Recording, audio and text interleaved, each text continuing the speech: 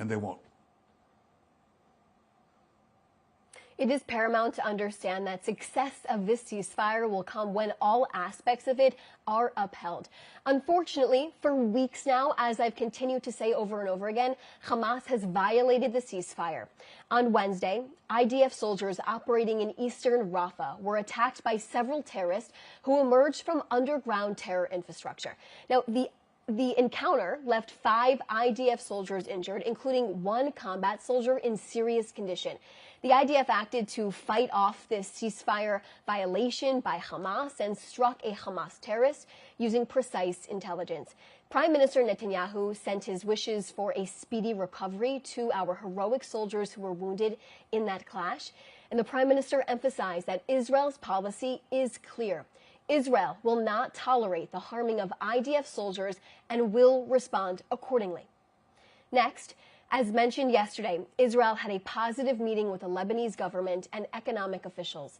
At the direction of Prime Minister Netanyahu and as part of the ongoing security and dialogue between the United States, Israel, and Lebanon, the deputy head of the Foreign Policy Division at the National Security Council held a meeting in Lebanon with President Trump's advisor on the issue of Lebanon and with other relevant Lebanese civilian representatives. The meeting took place in a good atmosphere, and it was agreed that ideas would be formulated to advance possible economic cooperation between Israel and Lebanon, a historic development. Israel clarified that Hezbollah is required to disarm, regardless of the advancements of economic cooperation. Now, both sides agreed to hold a follow-up discussion.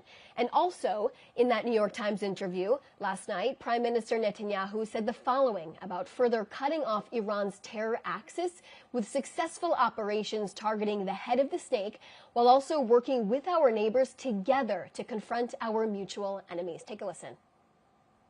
We removed this threat of nuclear annihilation that could have happened within a year. Iran, within a year, within 6 months, could have had its first atomic bomb.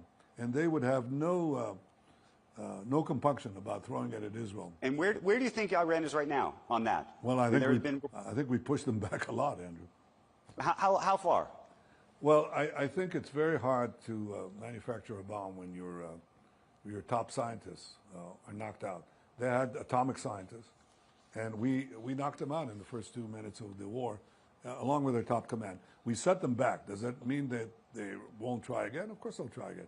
But our focus right now is on the Iran axis, on their various proxies.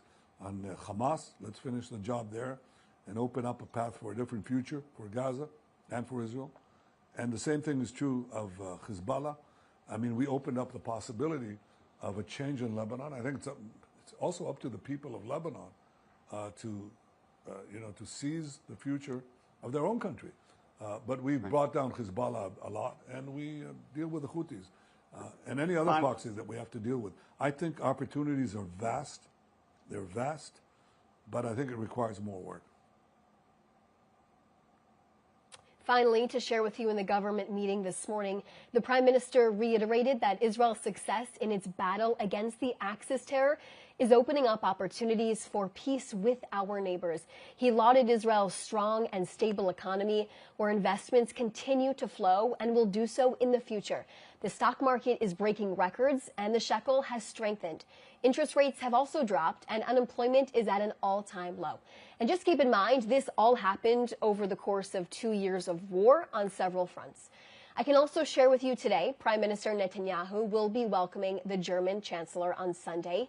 Here at the Prime Minister's office, a joint press conference will also be held in the afternoon. I'll take a few questions right now.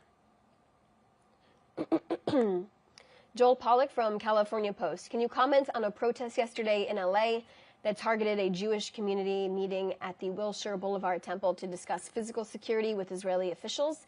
I do not have any information on this, Joel, but I can look into it. Second question, can you comment on the challenge of negotiating with Lebanon while also carrying out airstrikes on Hezbollah? Like I reiterated inside of that briefing, I discussed that Israel will continue to defend itself, and Hezbollah is required to disarm regardless of conversations that take place. And the state of Israel will continue to insist on the full enforcement of the ceasefire in Lebanon to ensure that this terror group is completely cut off. They're not rearming, that there's no threat to the state of Israel, its citizens, and our security forces as well. 3, Prime Minister Netanyahu said he's willing to come to New York. Is there a visit planned, and what would Israel do to prevent the Prime Minister's threatened arrest by Mayor-elect Mamdani? He had an interview yesterday with the New York Times, and he spoke a little bit about that. You can take a listen to it there. Steve Shear from Reuters. Given the political environment and political infighting within the coalition, how much effort is Netanyahu putting into passing the 2026 budget to ensure the government does not collapse by the end of March? Could not passing the budget be used to call for new elections? Well, the Prime Minister is a beyond strong leader, and he is pushing his agenda forward. We also released a statement on this as well from the government meeting this morning. You can take a look at that.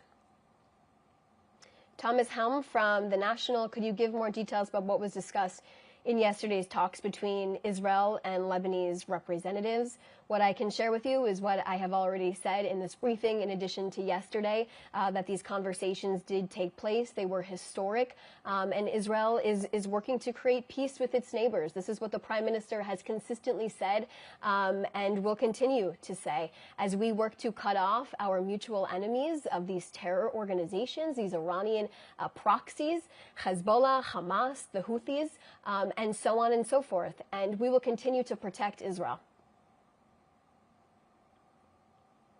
Teresa, Forum Daily News, can you clarify what other conditions Israel considers necessary before reopening Gaza's main crossing and how today's transfer of remains factors into that decision?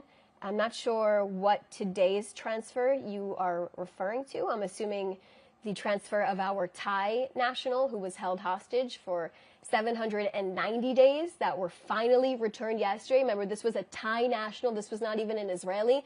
Hamas holds people. It doesn't matter who you are, where you come from.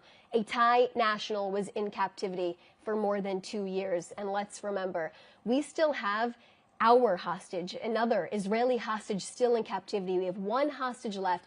Hamas made an agreement at the beginning of this, more than 50 days ago now, that they would be releasing all 48 of our hostages within 72 hours. I'm standing up here more than 50 days since that agreement was made, and we still have one hostage in captivity. It's unacceptable. It is a violation of the agreement. They made a commitment. It is expected that that is to be upheld. Adam Parsons from Sky News, can you please confirm that Abu Shabab has been killed, and can you outline the relationship Israel had with Abu Shabab? I've seen these reports. I cannot comment at this time. And by the way, I was watching Sky News yesterday, and I noticed over and over again that Hamas terrorists are actually referred to as militants. These are terrorists. I have seen this widespread for 2 years now.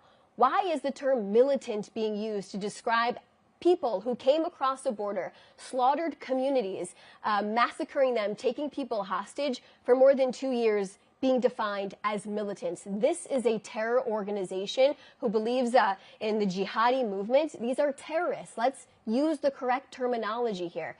We have seen it over and over again. Sky News has used it once again, nearly for 2 years, in addition to the BBC and so many other organizations. I read your outlets on a daily basis, and I would prefer, including the entire rest of the world who believes in democracy, to not see the word militant being used to describe an actual terrorist. Okay, so these are all the questions that I see right now. If you have any other questions, please reach out to our office. Thanks so much for your time today.